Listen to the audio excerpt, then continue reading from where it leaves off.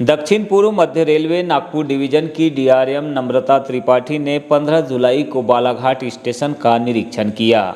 इस दौरान त्रिपाठी ने स्टेशन में अमृत भारत योजना के तहत चल रहे निर्माण कार्यों का जायजा लिया और निर्माण एजेंसी को कार्यों में तेजी लाने के निर्देश दिए। डीआरएम ने अपने इस निरीक्षण के बाद सांसद भारती पारधी से निर्माण कार्यों को लेकर विस्तृत चर्चा की। सांसद ने कहा कि जिले की पहचान वन और आदिवासियों की संस्कृति से जुड़ी हुई है। ऐसे में स्टेशन का लुक इसी आधार पर हो तो बेहतर होगा।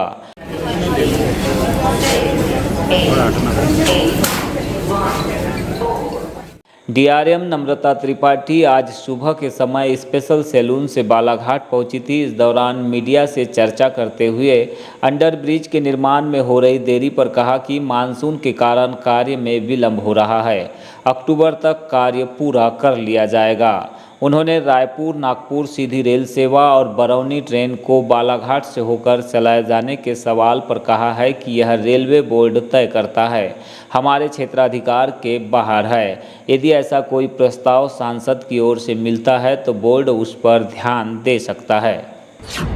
स्थगित हुआ है, लेकिन अक्टूबर तक हम उसको बिल्कुल मैम ट्रेन प्रायोरिटी वर्क है और ये मॉनसून के चलते ही बस रुका हुआ है, क्योंकि अभी हम नहीं कर सकते हैं। एलएचएस का वर्क है, नहीं हो सकता, बट जैसे ही कंप्लीट होगा मॉनसून ये काम भी कंप्लीट। मैम बात भी बंद कर दिया गया। कोरोना के पहले वो चलती थी, रात में 9 बजे 10 बजे ट्रेन गोंदिया से चलती थी, उसको भी बंद कर दिया गया। मैम बालाघाट के साथ ही ऐसा क्यों? नहीं, कोई बिल्कुल ये तथ्यों पे बेस नहीं है।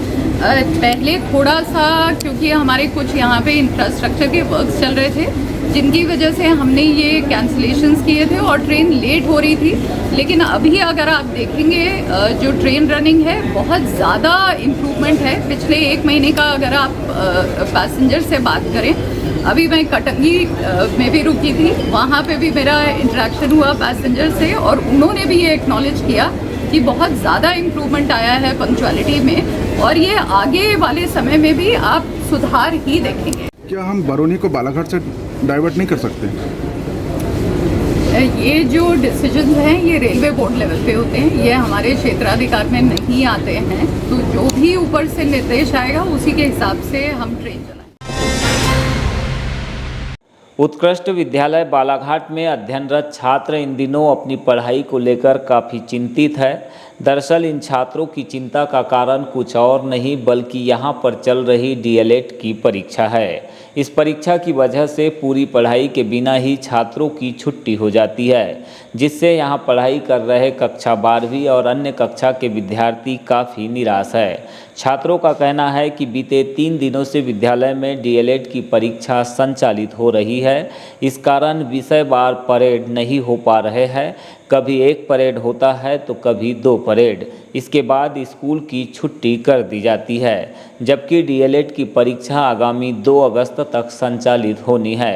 ऐसे में वे सिलेबस कंप्लीट नहीं होने को लेकर परेशान है। अभी हमारे स्कूल में डीएलएड की परीक्षाएं चल रही है, उस वजह से हमारे स्कूल की छुट्टी जल्दी हो रही है। अभी 1:30 बजे हो जा रही है छुट्टी।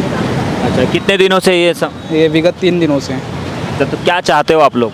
कि हमारी कक्षाएं नियमित लगे और 12 से 5 जो समय है उसी प्रकार लगे। कौन सी कक्षा में आप लोग? मैं अभी 12वीं कॉमर्स में हूँ। अच्छा, तो बोर्ड की एग्ज़ाम भी है, तो अभी कैसी चल रही है पढ़ाई? क्या पढ़ाई ठीक से हो रही है या नहीं हो रही? जी, स्कूल में पढ़ाई ठीक से हो रही है, पर डीएलएड की परीक्षा के कारण कक्षाएँ नहीं लग पा रही है। तो सभी बच्चों की छुट्टी हो रही है? जी, सभी बच्चे की छुट्टी हो रही है। आपका नाम क्या है? जय पिछोड़े।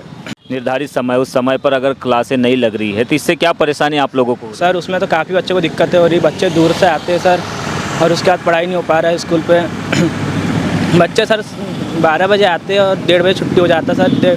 कभी कभी तो सर परेड भी नहीं लगते, कभी कभी 1 परेड लग रहा है सर। आज कितने परेड हुए? सर आज तो 1 ही हुआ। अच्छा, तो आप लोगों ने इसकी शिकायत जो प्राचार्य उनसे नहीं की? No sir. अच्छा, तो करना चाहिए ना, पहले स्कूल के प्राचार्य को बताना चाहिए ये चीज़ें। Yes sir. छात्रों की शिकायत पर उत्कृष्ट विद्यालय के प्रभारी प्राचार्य खेमन लिल्हारे का कहना है कि यह सही है कि डीएलएड की परीक्षा होने से छात्रों की पढ़ाई में थोड़ा व्यवधान उत्पन्न हुआ है, लेकिन इस समस्या का समाधान हमारे द्वारा संयुक्त कक्षाएं लगाकर किया जा रहा है। किसी भी छात्र को परेशानी न हो, इसे लेकर आगामी 16 जुलाई से स्कूल के समय में भी आंशिक बदलाव किया गया है। हमारे विद्यालय में जो है 2 अगस्त तक डीएलएड प्रथम वर्ष और द्वितीय वर्ष की परीक्षा होना है, पर इसके लिए हम लोगों ने जो है कंबाइंड क्लासेस चलाया है। 13 अतिथि शिक्षक हमारे अभी नियुक्त नहीं हो पाए हैं। 2 एनसीसी के शिक्षक जो है प्रशिक्षण में हैं, इसलिए क्लासेस संचालित करने में थोड़ी सी दिक्कत हो रही है। पर 9वीं की लैंग्वेज की क्लासेस, 10वीं के पूरे सब्जेक्ट जो बोर्ड की जो भी क्लासेस है उनको हम कंबाइंड चलाते हैं। और कमरे, चूँकि डीएलएड में 14 कमरे यूज़ होता है, कभी 12 कमरे कभी 14 कमरे, तो वो समस्या बनी रहती है। इसलिए जो 9th की क्लास है उनको 3 पीरियड के बाद छोड़ दिया जाता है। और कल से जो है, जो आने वाला जो है 16 तारीख से हमने स्कूल का समय कम किया है। 11 बजे से हमारा स्कूल संचालित होगा। उत्कृष्ट रिजल्ट देना हमारी पहली प्राथमिकता है और ये शिकायत नहीं आ पाएगी। थोड़ी सी समय कम किया है, इस बीच कितने परेड होंगे बच्चे? हमारे 4 कालखंड लगेंगे समय में जो है, और 11वीं 12वीं के और 10वीं के इस परीक्षा एक तरफ संचालित होती है। हमारे पास जो संसाधन उपलब्ध होता है उधर में जो कमरे हैं हमारे पास, उसमें हम कंबाइंड क्लासेस चलाते हैं पूरे 5 पीरियड। सिर्फ 9th को थोड़ा सा जल्दी छोड़ना पड़ता है, इसलिए कि उनके शिक्षक जो है ड्यूटी भी करते हैं डीएलएड में। 7-8 टीचर हमारे ड्यूटी में भी रहते हैं, तो उनको देख करके हम मतलब एडजस्ट करते हैं। रक्तदान एक ऐसा कार्य है जो न केवल ज़रूरतमंदों की जान बचा सकता है, बल्कि समाज में एकता और मानवता की भावना को भी बढ़ावा देता है। हाल ही में 5 दोस्तों ने मिलकर रक्तदान करने का निर्णय लिया और समाज के अन्य युवाओं को भी रक्तदान करने के लिए प्रेरित किया। युवा समर्पण रक्तदान एंड वेलफेयर सोसाइटी भारत के पंकज रहांगडाले, रितेश पांचे, लोकेश खरे और शाहिद खान, इन 5 मित्रों ने अलग अलग पृष्ठभूमियों से होने के बावजूद एक साथ आकर रक्तदान किया है। उनका यह प्रयास किसी ज़रूरतमंद की ज़िंदगी बचाने में काम आ सकता है। जिला पंचायत सीईओ डीएस रंदा ने बाढ़ और आपदा से संबंधित विभाग के अधिकारियों से चर्चा की है। इस दौरान निर्माण कार्य से जुड़े विभागों से ग्रामीण एवं शहरी क्षेत्रों के ऐसे पुल पुलिया जो बारिश में जलमग्न हो जाते हैं या फिर डूब जाते हैं, उनकी निगरानी करने के निर्देश दिए हैं। दरअसल बालाघाट जिले के 4 विभागों में 134 पुल पुलिया ऐसे हैं जहां भारी बारिश के बाद खतरा उत्पन्न हो जाता है। ऐसे में पुल पुलिया पर साइनेज और सुरक्षा के प्रबंध करने के लिए कहा गया है। उन्होंने कहा है कि होमगार्ड की ओर से प्रस्तुत की गई तैराक और गोताखोरों की सूची बाढ़ प्रभावित गांवों को भी दी जाएगी।